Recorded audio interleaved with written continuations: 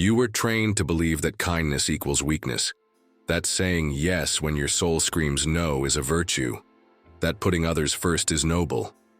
But I'm here to tear up that lie and show you the raw truth. Your misplaced kindness isn't making the world better. It's making you invisible. It's draining your money, your respect, your influence. You're not a martyr. You're a volunteer for mediocrity, for irrelevance, for the back table of life where the scraps are served. Dale Carnegie once said you can make more friends in 2 months by showing genuine interest in others than in 2 years trying to get others interested in you. But you twisted that lesson. You turned wisdom into servitude. Carnegie never said you should be a doormat. He taught strategy, quiet power. He taught that being memorable matters way more than being convenient. Look at empire builders. Walt Disney didn't win hearts by being nice. He won minds by being relentless. Thomas Edison didn't light up the world by accepting no for an answer. Henry Ford didn't revolutionize an industry by asking for permission. They understood what you still haven't. The world doesn't reward the nice. It rewards the unshakable, the ones who refuse to be forgotten, the ones who say, I exist not with words but with unwavering action. You think you're being kind by avoiding conflict? You're being a coward. You call it politeness when you swallow your opinions? Call it what it really is, fear. Fear of being judged, fear of offending, fear of taking up space, and that fear comes with a cost, and you're paying it daily, with pieces of your own self-worth. How many opportunities have died because you didn't want to bother anyone? How many brilliant ideas did you bury because you were afraid of sounding arrogant? How many times have you dimmed your own light just to make others feel comfortable? Every one of those moments was a vote for poverty, a signed check for defeat. Because here's the secret no one tells you. Kindness without boundaries is social self-destruction. Lions don't negotiate with lambs. They ignore them. And you? Are you negotiating or just being ignored? Is your voice heard in the room? Or is it just an echo of someone else's ideas? Are you remembered for your courage or for your convenience? Dale Carnegie understood that real influence doesn't come from submission. It comes from undeniable presence. When you stop asking for permission to exist, something powerful happens. The doors you thought were locked begin to open. Not because you got stronger, but because you stopped acting weak. Wealth, in money, in love, in respect, flows to those who refuse to be optional, who show up not as beggars, but as beacons. People don't follow the selfless. They follow leaders. And leadership begins with a brutal choice. Stop being the hero in everyone else's story while playing a side character in your own.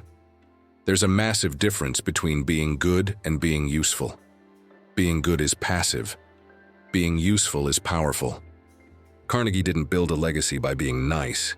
He built it by being indispensable, by making every person he met feel like the most important in the world, not through flattery, but through genuine strategic interest.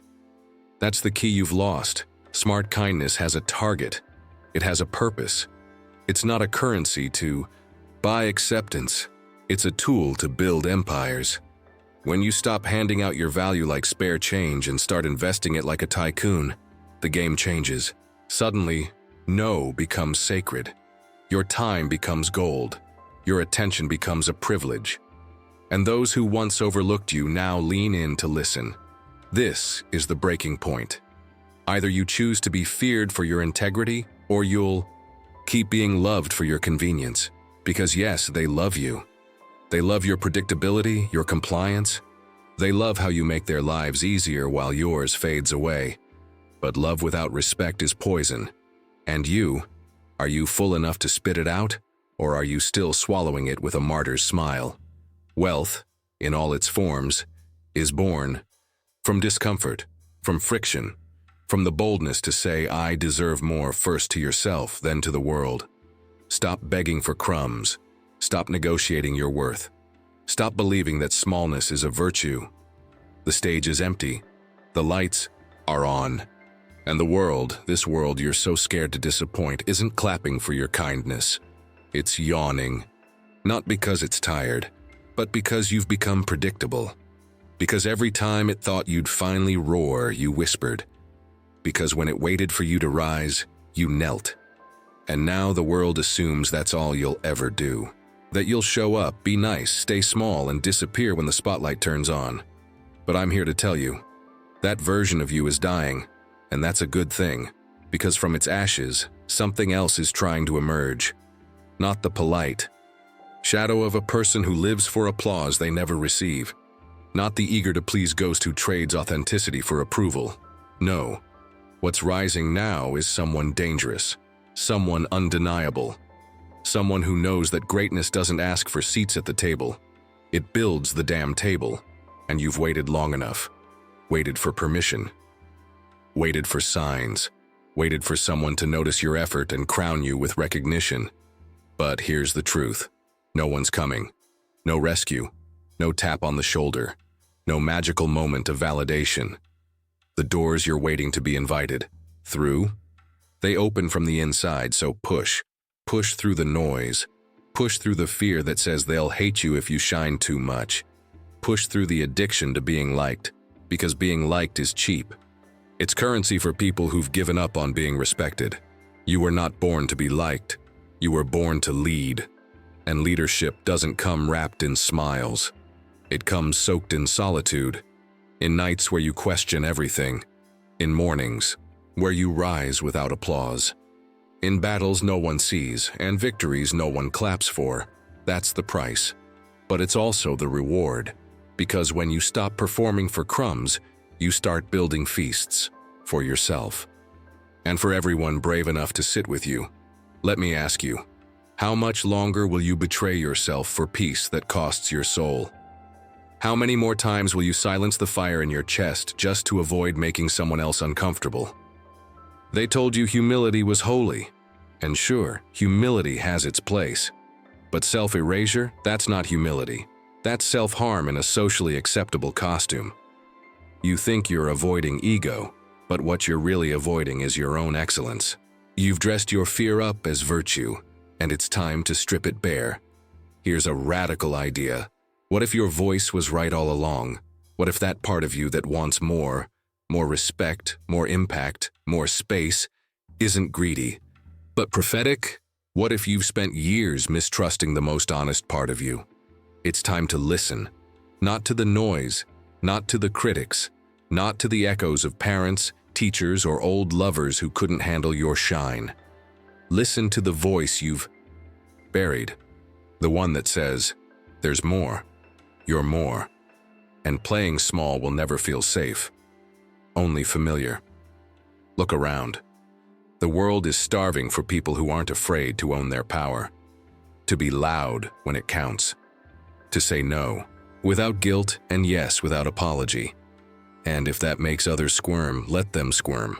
Their discomfort is not your responsibility. Your greatness is not a crime. Stop treating it like one. Because here's what they won't tell you. Every time you dim yourself, the world doesn't become fairer, just dimmer. Every time you lower your standards, the bar drops for everyone watching. You think you're being considerate, but you're actually becoming complicit.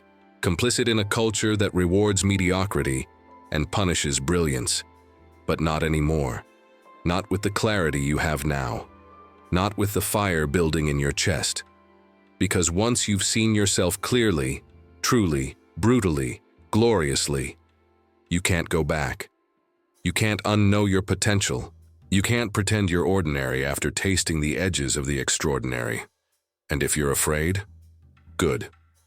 Fear is proof you're onto something real, something sacred, something that's been waiting in the dark, sharpening itself for the moment you'd finally stop hiding.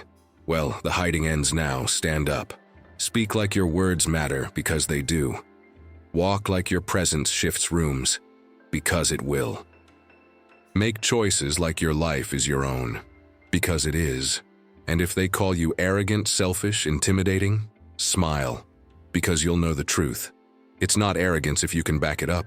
It's not selfish to protect your energy. And it's not intimidating, it's clarity.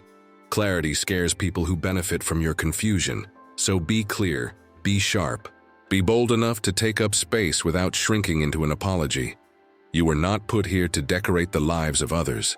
You were born to disrupt, to provoke, to ignite, to build something so powerful that even silence speaks your name. You don't owe the world your quiet. You owe it your greatness. And the moment you decide that's non-negotiable, that's the moment everything begins to change. Enough waiting. Enough doubting. If you're ready to turn these words into action, hit subscribe now.